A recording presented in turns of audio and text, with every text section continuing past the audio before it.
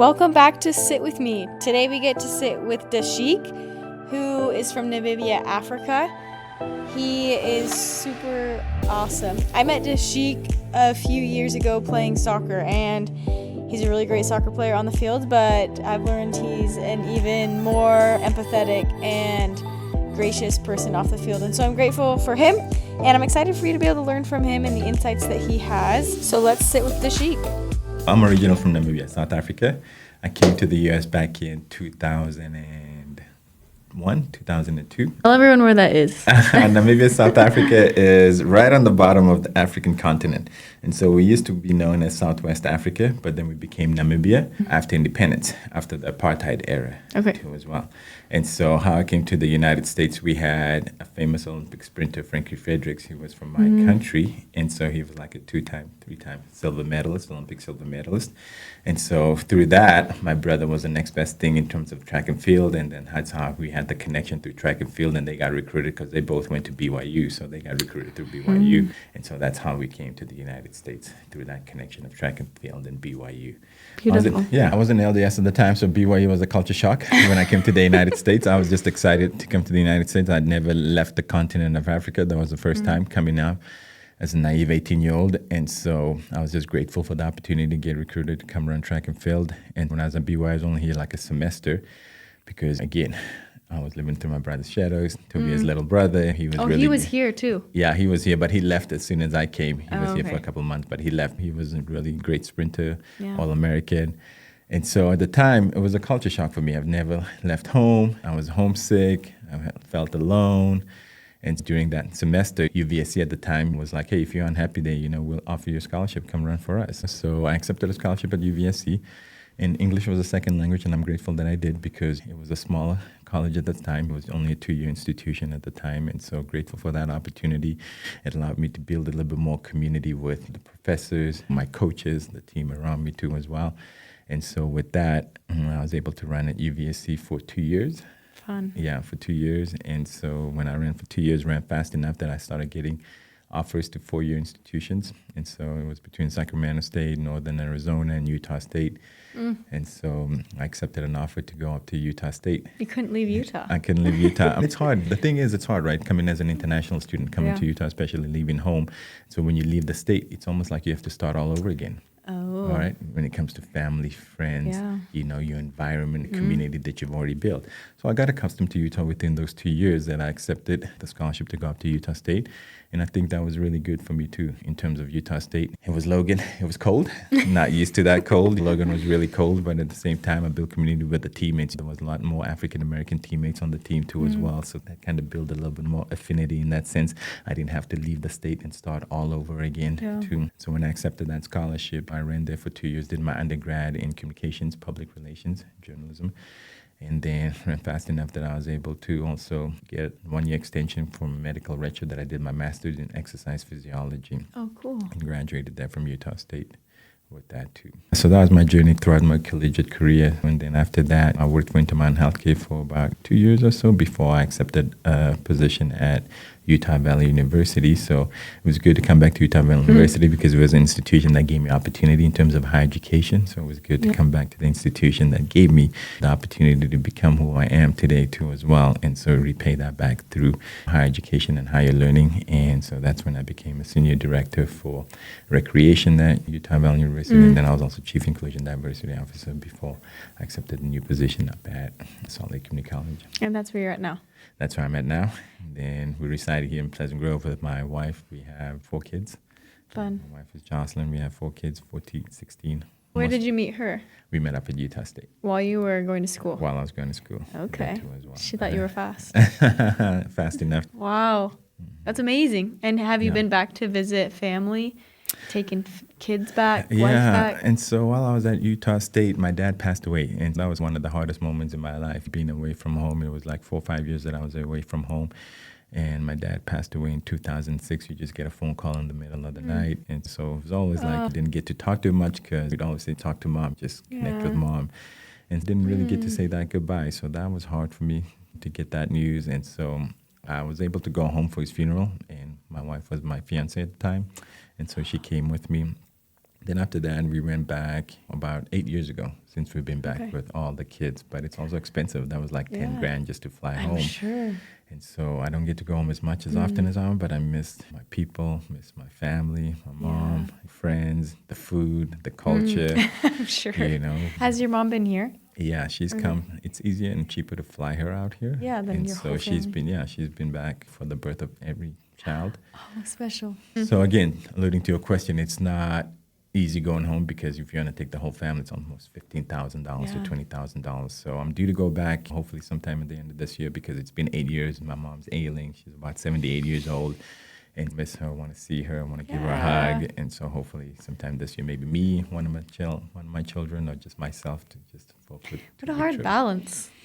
Yeah, it is. And that's what people sometimes don't understand in terms of just, I'm grateful for the opportunities that I had to come to America. But at the same time, home is home, right? And Yeah. you don't get that opportunity to just connect. We talk on the phone, talk every Sunday. Now with WhatsApp, we're able to video conference. She gets to see the kids. But it's hard because the kids also don't know their culture, their That's what I was going to heritage. say. Do they speak the language? No, they don't know the language. They don't speak the language because, again, there's that disconnect where Yeah. this is all they know growing Yeah. up in America. They know dad's from Africa. They know they have that cultural heritage there too as well through talking to grandma, call her Oma, seeing their cousins and things. But again, not being there, it's Yeah. different. So, what is your first language? My first language is which is Afrikaans. similar to Dutch. Okay. Then we also have native dialects, Oshiwambo, Oshi Herero. Okay. My dad's from a native tribe, my mom's from a native tribe.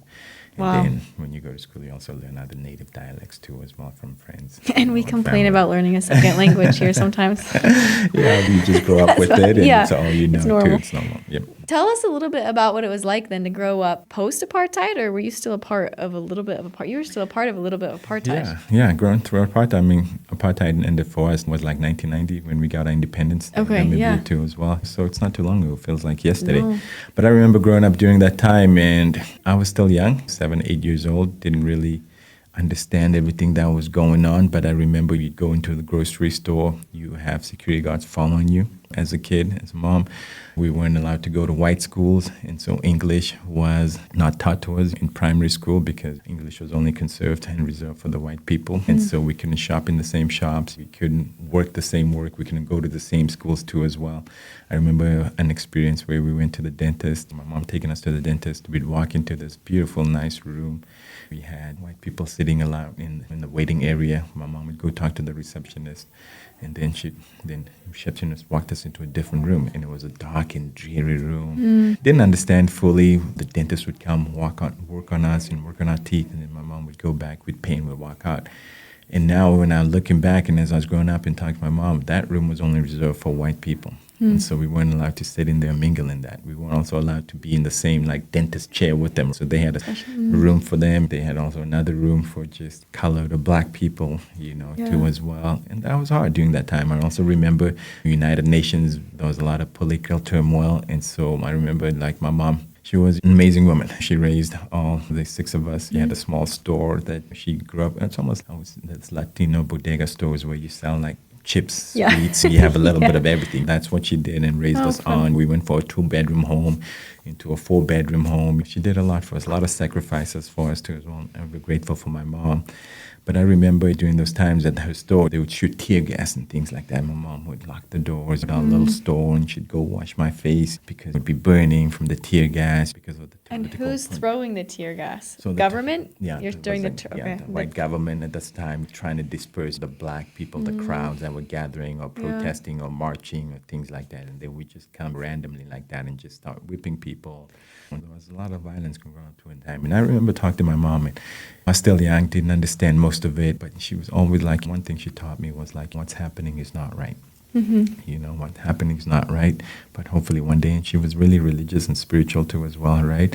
One day we just hope that God will make things right and we'll have a better place to live. And what's happening to us shouldn't be happening right now, and it's not right, but we just treat people with love, respect, and compassion. And those words have always stuck with me. She didn't teach me to hate white people during that time because we weren't allowed to shop or go to school with them, but there was never anger or hate from her Which words. is amazing. I see it in you too. That just is like naturally how you are. But what painful experiences to have and still walk away and say we don't hate, we don't harbor those feelings, because honestly they would just hurt you in the end. But like still, I don't know, like that's pretty amazing. Yeah, and it's hard to separate that too, right? Because again, we want to belong. Right? Yeah, of we course. Feel like that's also our country. We have the right to be there. Yeah, and you need a change. There has to be a change. Who's going to change it? Who's going to change it? And this is why people were protesting. People were marching for democracy, free and fair elections, so that we can finally maybe vote to us, because we weren't allowed to vote. The country never had elections during that time too. So there was a lot of racial segregation,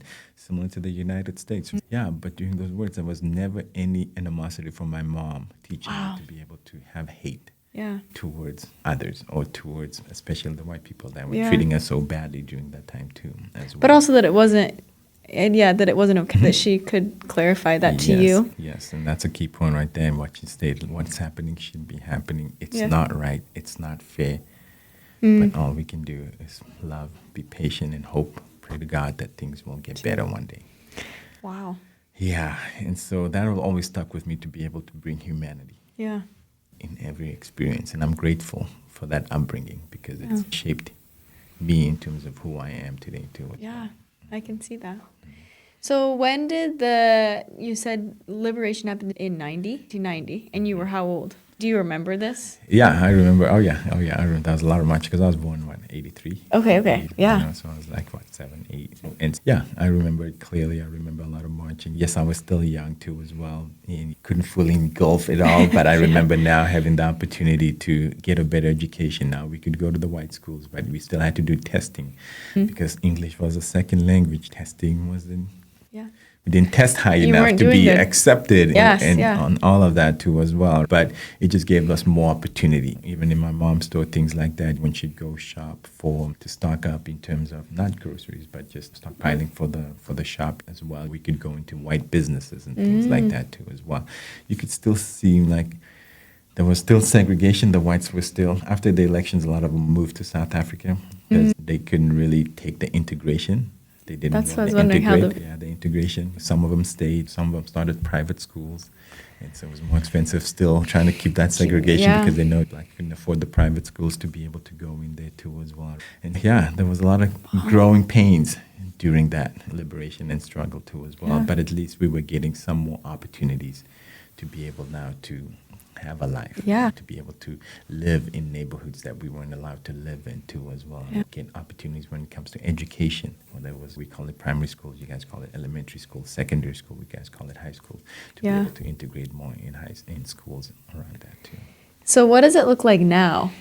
You've gone back or through the eyes of your family that's still there. Yeah.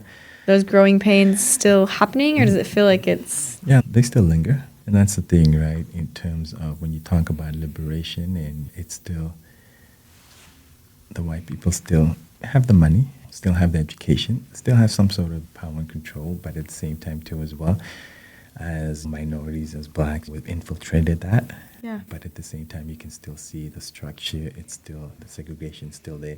They feel like we still deserve our country better than the Blacks do. The Blacks feel like we'd still deserve this country more than you did. So there's still divide. They still divide. There's integration, but still somewhat of that divide. So similar to here. Yeah, exactly. Thank you very much. Similar to here too as well. It's like we do what we need to do to get along and get free, but they still. But it's not. But it's still not. I would love it to be better.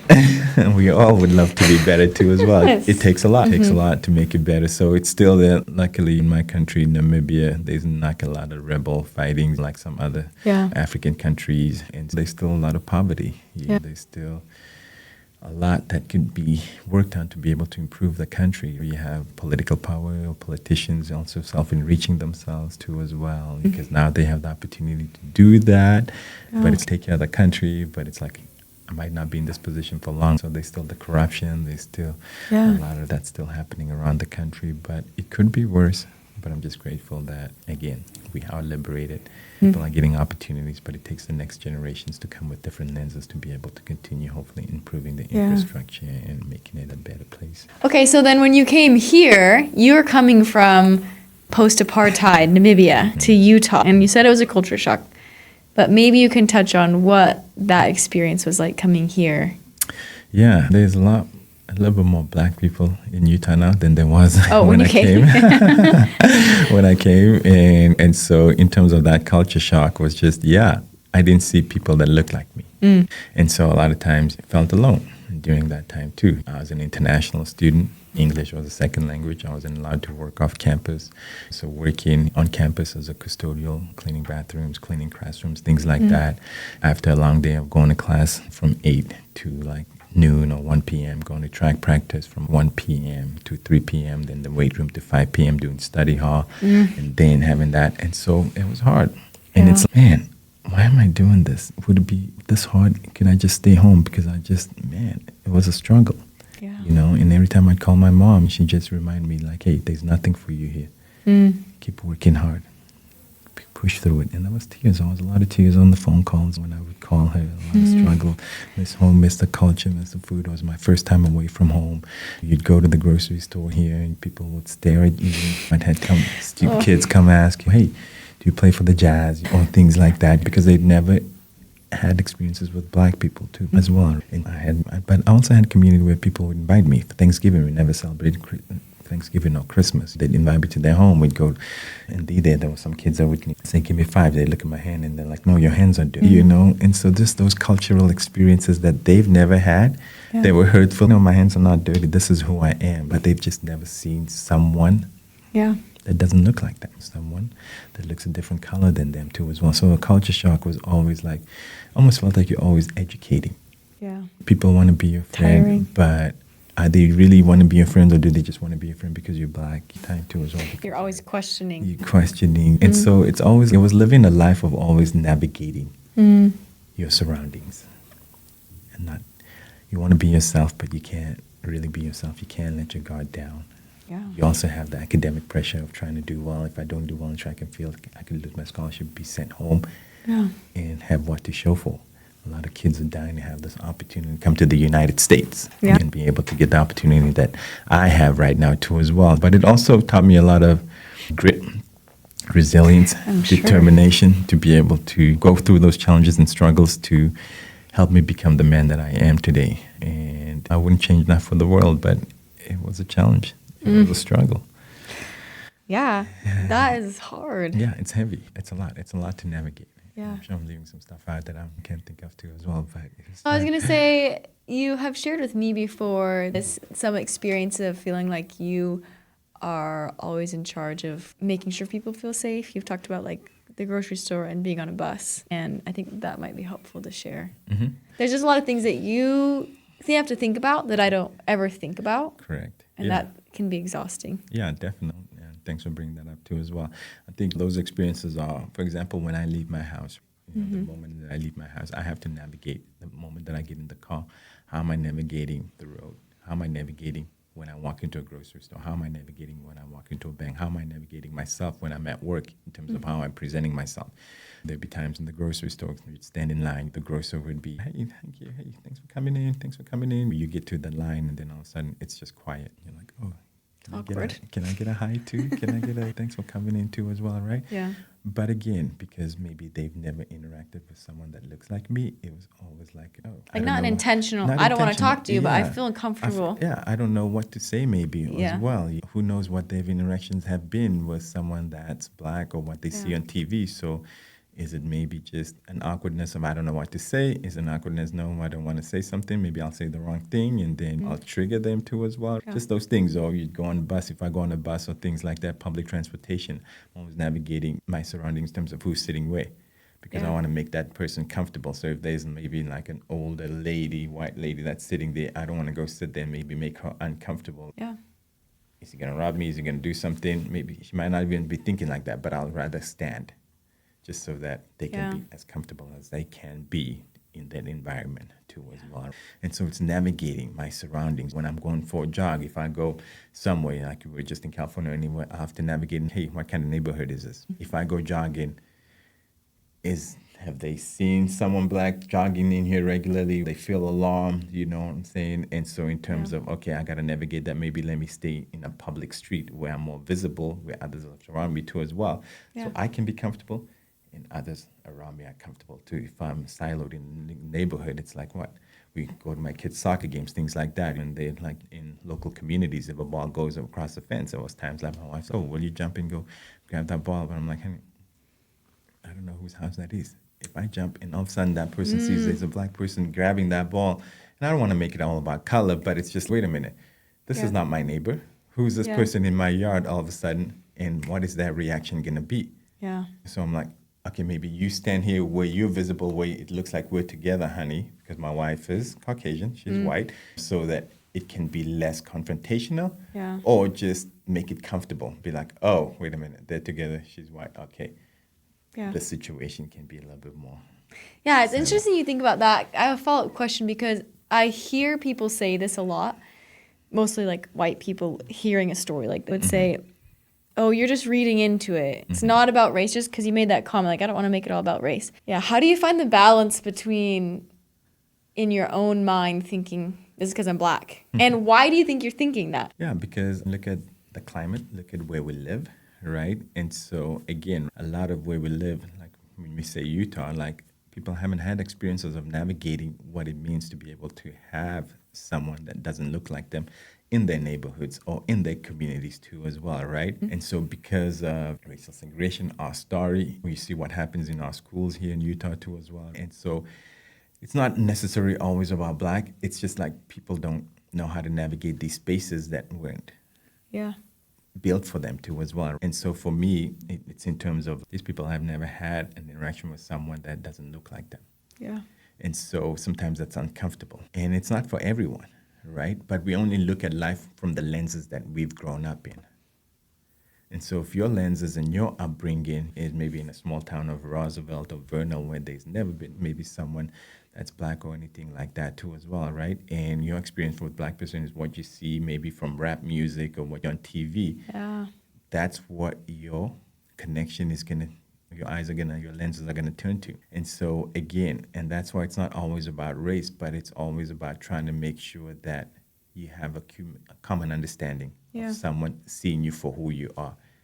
How can I be less threatening? Because maybe they haven't had interactions with this person before, or their interaction might have been, if they've been robbed by someone that's black, maybe whether they come from California, New York, or someone, that's always going to be in their mind. Yeah. That's always going to be threatening to them. Is that exhausting to you to feel like people, it takes so much extra effort for you to show people who you really are or for people to really see who you are? Or are you at a point where you have a pretty safe community that you don't feel it as much now? Yeah, great question. For me, it's a little bit of both. But I don't go out looking for something. Yeah. I try to be myself in every space that I can. And that's, for me, that's creating community, bringing my authentic self in every interaction that I have. Yeah. But also, I can't turn off or switch my skin color or who I am or my presence towards. Yeah. And when I'm navigating Utah, it's probably going to be a lot more different when I'm navigating where there's predominantly black people in Atlanta or California or things like that too as well. Because I'm like, oh, you build affinity and they look like me. We have a common understanding. They see me, I see them, we recognize, we do the head nod. Okay, and we're good. And so it is exhausting because you're constantly navigating that. If I say something wrong, how am I going to be perceived as? If I get mad or angry, am I going to be that angry black person too as well, right? But again, like I said, I try to be my authentic self. I bring humanity in every interaction that I have. And I think that's, for me, that's what builds community for me. Yeah. Connecting with people with our authentic selves. And they can get to know me for who I am, be like, oh, wow. Yeah. This guy's not bad at all. Or it's not maybe... Giving of yourself, you're able to people to give of themselves and connect. Yes. Because my wife sometimes states, you make friends easily. You make friends. Yeah. And it's, but I'm also just trying to be me. Yeah. But sometimes I also don't want to be me. I just want to be like to myself and just kind of do my little corner and just, but it's also, and then how's that going to look for someone else? Yeah. Like, why does he keep to himself all the time? Why does he not want to interact with us? Is it because we're different? Is it because he feels out of place or anything like that too as well? So it's a lot to navigate. It's a lot to think about. But again, for me, and I can't speak for anyone else, but for myself, it's just bringing my authentic self in every interaction that I have to, without in the back of my mind navigating the spaces. And I've had to navigate a lot of those through growing up through apartheid and coming to the United States, especially being in Utah too. And so I've had to learn how to navigate this life and being morally conscious of things that are happening around me, but also being myself. Because I can only be my genuine self with who I am and my story and my upbringing. Sometimes when you look at from an outside lens, you want to cultivate belonging from the outside. And from the outside is not going to give you that belonging because they only know their experiences and what they have and what they're trying to navigate to as well.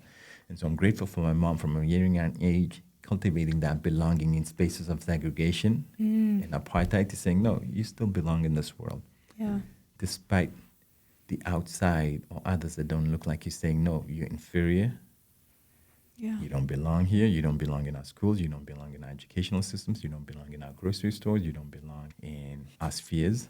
Yeah. But my mom cultivating, no, it starts from that. And I think my relationship, I'm Christian, and so my relationship with my Savior too as well, have been known like, hey, I am a child of God, despite what anybody says. And that's what helps me stay grounded, bringing humanity and grace into it. I love that. And that's the theme with everyone that comes here is I can tell those that can find a sense of belonging it has to start within yourself. You have to belong to yourself. You have to know yourself. You have to love yourself. And because I don't really feel like no matter how hard someone else works to create a space of belonging for you, if you can't accept yourself, you're not going to be able to fit in any space. Exactly. And I think, for us, we're both Christian, finding that connection and that belonging through ourselves and God, a higher power, whoever that is, I feel like I see that very clearly. Yeah, because we also take life for granted, right? When you grow up and you grow up with what you have here in the United States too as well, it's all you're accustomed to. So you're not forced to look outside of yourself. I'm grateful for you for creating a podcast like this or just creating a social space where you bring others to look at life from different lenses. Yeah. And saying, hey, I'm going to put myself aside and look at it from Dasheek's eyes.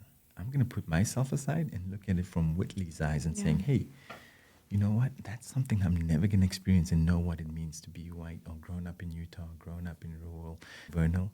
But I want to learn from you. Yeah.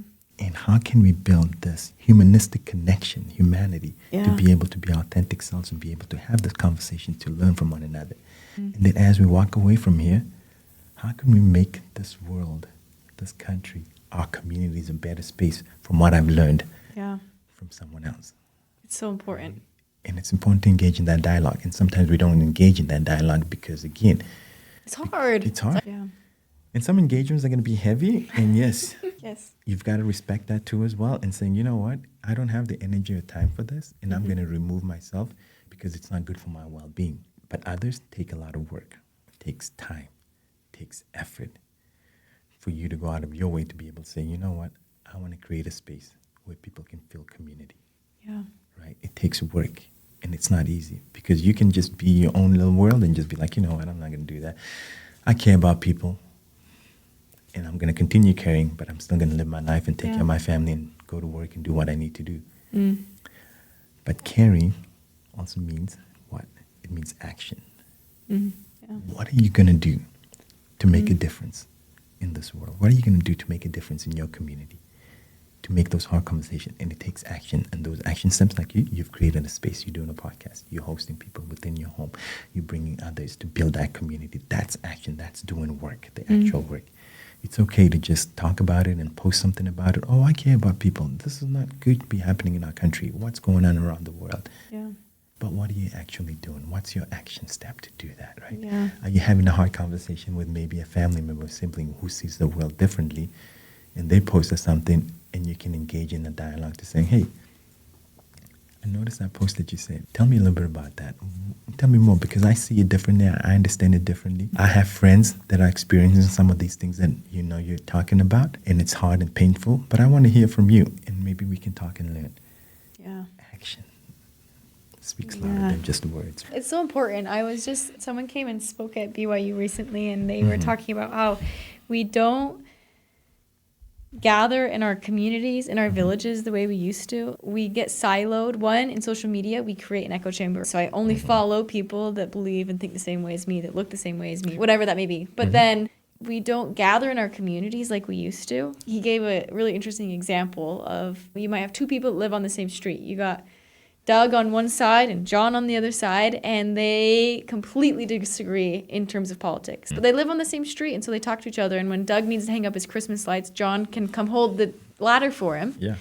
And they can exist in the same space, and they can be friends, and they can still completely disagree. That's why I feel like this is so important for people to hear each other's stories, is because we don't intentionally seek each other out anymore. We're not forced in the same spaces quite as much as we used to be. And so I think we miss out on connecting with people that we disagree with. So people might hear your story and say, I might disagree on one or two things. Yeah. And that's okay. Correct. But just like you said, we can see the world through someone else's lens, and it helps us see your why. And instead of dehumanizing you and saying, oh, he's an absolute idiot for thinking that, they can think, oh, this is why he thinks this way. Because he came from a completely different background than me. Thank you very much. Completely different background, completely different upbringing, because we are a product of our upbringings too as well. And so what we've been talked about, what we've seen our parents engage in, what we've said on the dinner table, what news channel our parents are watching, we soak that in as kids. We soak that in terms of what our parents are teaching us too as well, right? And so what examples can we be, right, to our kids in terms of engaging in these dialogues and these conversations early for our children to be able to know and be compassionate, understanding, receptive of other cultures as we travel too as well, and saying, hey, this is not only Provo, Utah. There's a whole world out there. And exposing them to that, educating them to that too as well. How was school today? Did you make new friends? Who are your friends at school? And what are the kids saying? And if they say something mean, how are you responding to that too? And be like, that's not very nice to say. In those situations, this is how we can respond to that. So education, right? Like Nelson Mandela said, education is a tool that we can use to change the world. And I'm grateful for the education that I've gotten, whether it was from UVSC to Utah State, because it gave me endless opportunities in being in educational spaces and higher education. That's why I still work in higher education, because again, I want to make a difference for the next generation, being a mentor for students as they're coming into higher education, being able to just have conversations, because you know what? Some students, even when I've said to them, as I'm mentoring them, they're like, man, I see myself in you. Oh, cool. You know, I never thought coming into college is a space that was built for me, because again, I'm first generation. That first generation, education wasn't talked about in our households, right? You're just struggling to make ends meet, and you just hope for the best, whatever the best looks like for that too, right? And I'm just grateful for the educational experiences and opportunities that I've had, because they've shaped me into seeing the world in terms of how can we make this world a better place through the education that you gain and through the interactions that you have too as well. Okay, tell us then how you're educating your children. You have 4 or 5? We have 4. 4. Yeah. 1, how are you educating your children? What experiences have you had having mixed kids in Utah? Yeah, having mixed kids in Utah, it's been good and it's been hard too at the same time too, because again, the schools that they go to, they're the only minorities in those schools too. And so they've been called names, which has been hurtful. Some haven't wanted to be their friends as well. When we're going through political climate, they've been asked do you support a certain president because of your skin color and things like that. And so it's been hard, but it's also been good, because during those hard times, my wife does an excellent job. She's taken opportunities to be able to just saying, hey, what can we do to use those opportunities to educate our kids about, hey, let's look at like Ruby Bridges. She's affiliated with a local group here where she does Ruby Bridges back to school walk day. And so we're able to organize that as a family. My wife spearheads that too as well, and she's talked to the principal.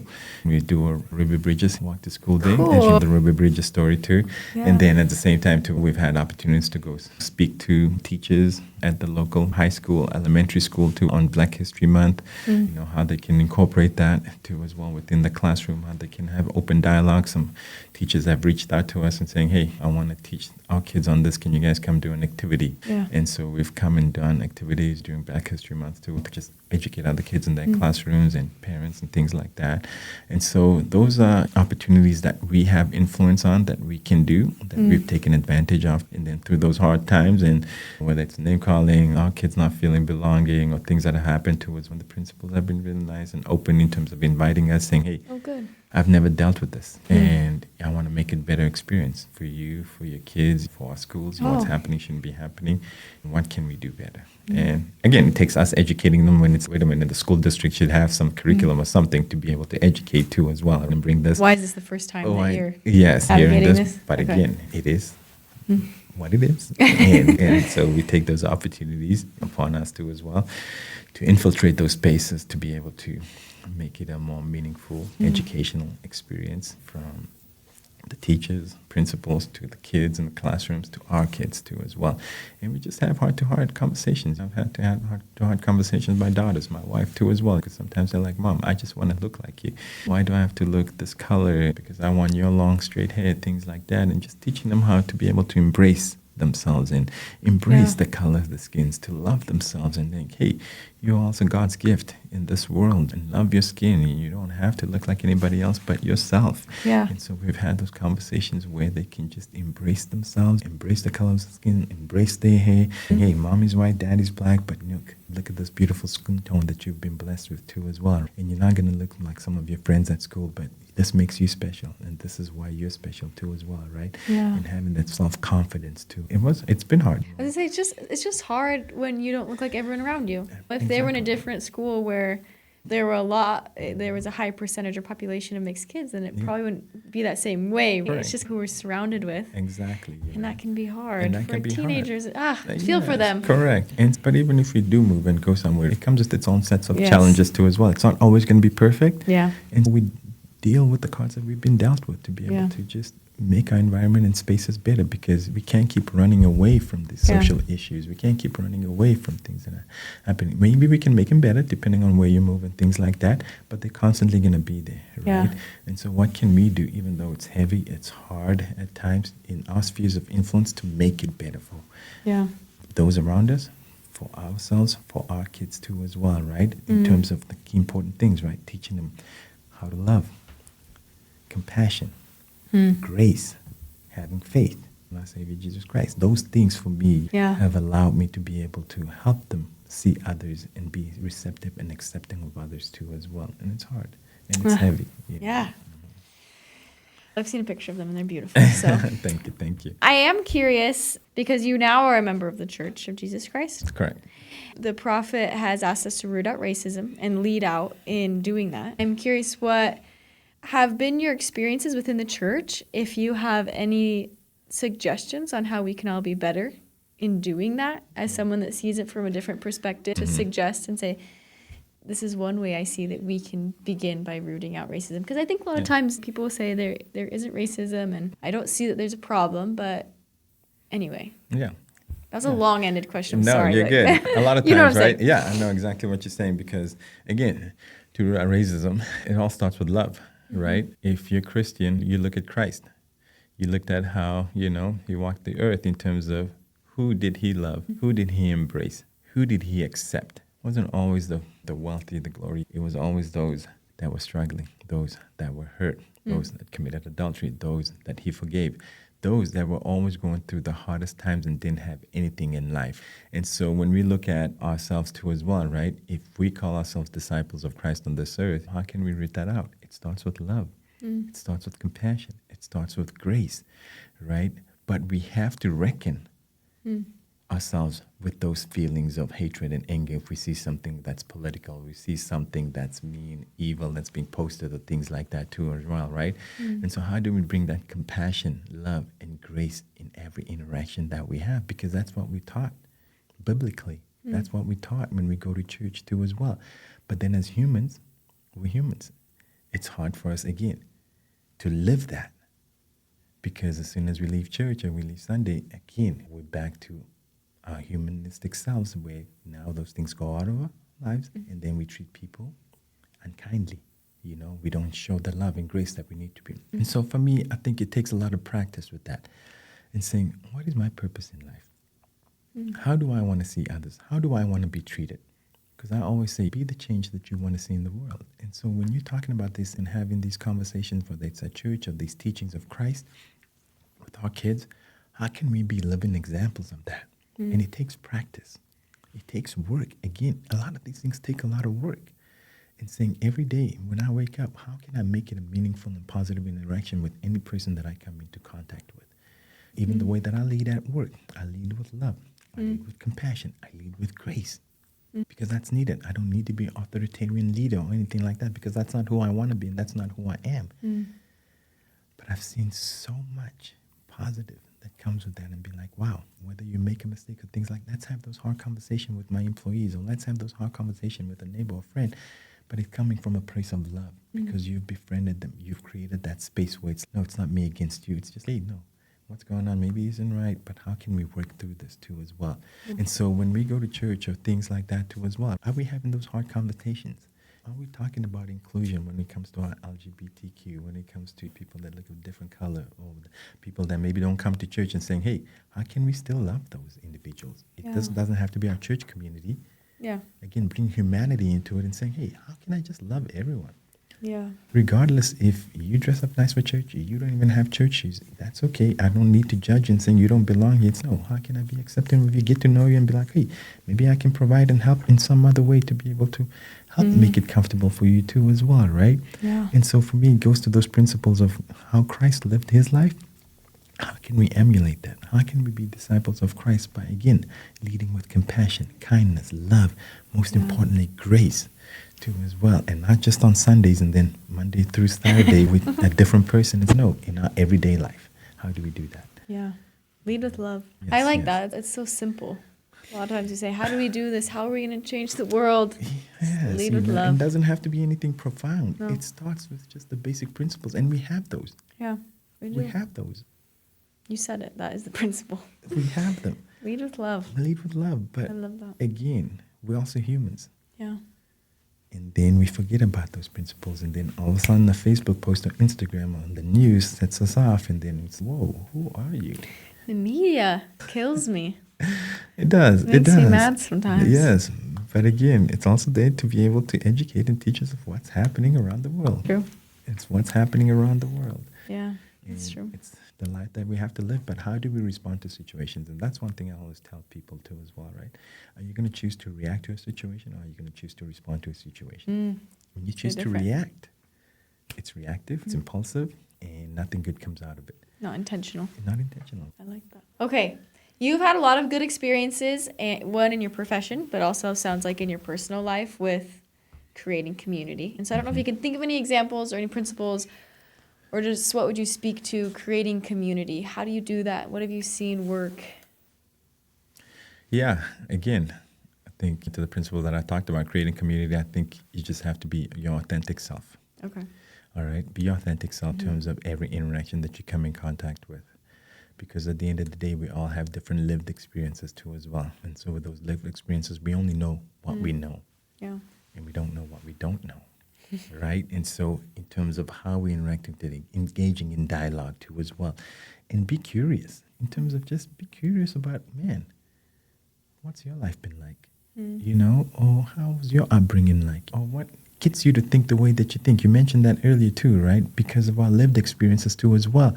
But also come in with grace and compassion and understanding, because maybe they might say something hurtful, but they're not meaning it to hurt you because that's all they know. That's what they've grown up with too as well. And so when we go in and engaging in dialogue or conversations like this too as well, we need to understand that maybe there might be some things that we might be uncomfortable with, some things that might be hard to listen to.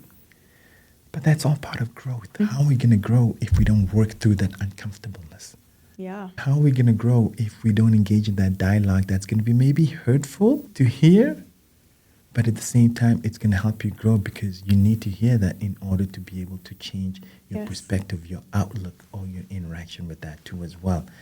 And so for me, it's always about humility and always looking at life in different lenses too as well, and saying, I'm not just going to, because it's a privilege to just look at it from your lens, because then it's, hey, I don't have to worry about anyone else. Thank you very much. I don't have to worry or care about anybody else. That's a privilege, right? All right? Now take that off and look at it from different lenses to be able to be like, interesting. I never thought of it that way. Or I've never seen it this way. I never thought of it looking at it from this angle, but I've learned something new today too as well, right? And so it's engaging and bringing humanity into it, because we're all humans. And I think humans are all meant to be kind, to be loving. But again, we are raised in different settings and different upbringings, and then that shapes who we are. Yeah. And then we look at it from lenses that we've just grown up with. But it takes a lot of growth and a lot of work for yourself. Yeah, to it's be able hard to take that step back and be like, okay, I may not be 100% right about everything. Thank you very much. But how can I learn and grow from Yes. this too as well? Okay, I love that. Humanity into it. Okay, I'm curious, what are the privileges and the benefits and the blessings that you've had because of the experiences that you've had, or because you're Black in a predominantly white community? Or Yeah. Yeah. Thank you for that. Great question for that. I think for me, it's just, again, it's created opportunities for me that I never imagined, right? Coming from Africa, coming from nothing, poverty, to who I am, to where I am to as well. Even though Utah was hard, it's also given me the opportunities that have been afforded to me today too as well. It's allowed me to navigate and make friends that I probably never would have met, I never would have known too as well. But it's also taught me in terms of just how to be able to find ways to be able to just make meaningful connections with others. And so I never grew up having white friends back in Africa. Then I came to Utah and it was predominantly white. And so it allowed me to be able to build affinity and connection with others that don't look like me too as well.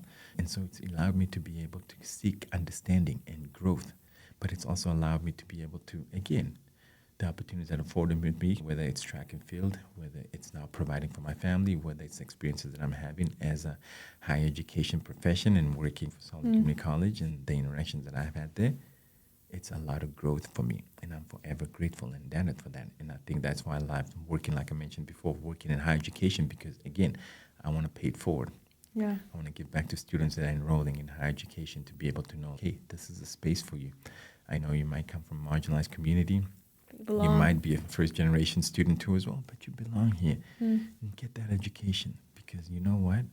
It's going to change the world for you. And it's going to provide opportunities that you maybe never would have imagined. I probably thought growing up I was going to be I love soccer, track and field, professional athlete and things like that. But I'm grateful that I also focused on my education, because that gave me something to fall back on and saying, hey, when I had a family, do I want to go the professional route or do I want to take care of my family? And I'm like, no, you know what? I've accomplished and achieved what I needed to do with track and field, and now it's time to focus on my family. And now it's afforded me these opportunities too as well. And so even through those hard times, I also look at the silver lining in terms of, yes, Utah might be hard.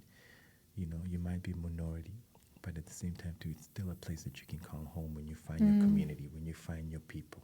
And at the same time too as well, in terms of what influence do you bring for those around you, so they can learn from you.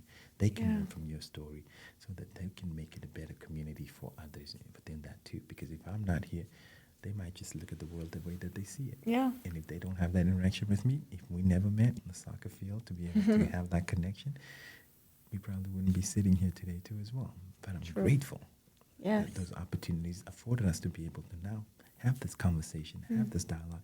And whoever listens to it, hopefully what do they take from this? To make their spheres of influence in life a better place too. Amen. Where have you found that belonging? Can you speak to any specific space or community where you feel like you are home? Yeah, I think I try to, not that I try to create, but those through just my community of friends in our neighborhood. Cool. We have just some amazing friends, you know, that have just built a connection and a bond, and our kids are best friends and things like that. And those friends have just accepted me for who I am, you know. And then, you know, my wife too as well. My wife, her family as well, getting married to me too as well. Through the challenges of 18 years of marriage with everything going on, her getting to know and understand me, because she shares a story. I married you and I thought I knew you, but with everything happening in the world, I didn't know that this is how you have to navigate life. And so I'm grateful for that connection that we have, that we're able to be open with one another and be able to share my experience. Things that I'm going through, that I went through, that maybe my kids will go through, that she might not know, because our kids are mixed. And so they will have a different upbringing too as well. But then I can also learn from her space and how she navigates, you know, her life in her world too as well. And being able to just build that mutual connection, so that it's like, how can we make it a meaningful and positive life upbringing experience for our kids too as well. And so I would say that, and then just that work too as well. Working at UVU, working at Salt Lake Community College now, you get to meet people from all walks of life too. And you know when someone's genuine, authentic, and cares about you too as well. And those spaces have been inviting and receptive for me. And that's why I love higher education, because it's a melting pot. You get people from all walks of life that think differently. Yes, I love that too. You know what I'm saying? That think differently too as well, that navigate life differently, that have strong-willed opinion because we're highly educated people, but we're able to come together and have dialogue, engage in that dialogue, Yeah. build affinity, build growth, build Make connection. both people better. Make both people better too as well, right? And so Yeah. those spaces have been positive to me too as well. That's so cool. It's been fun for me to hear pieces of your story that I haven't heard before. I'm so grateful for your story, but also the way that you carry yourself and you educate those around you. I think you do it in such a graceful way that makes people want to change. Yeah. And so I appreciate that. Yeah. Thank you. Thank you. Thank Appreciate you. you.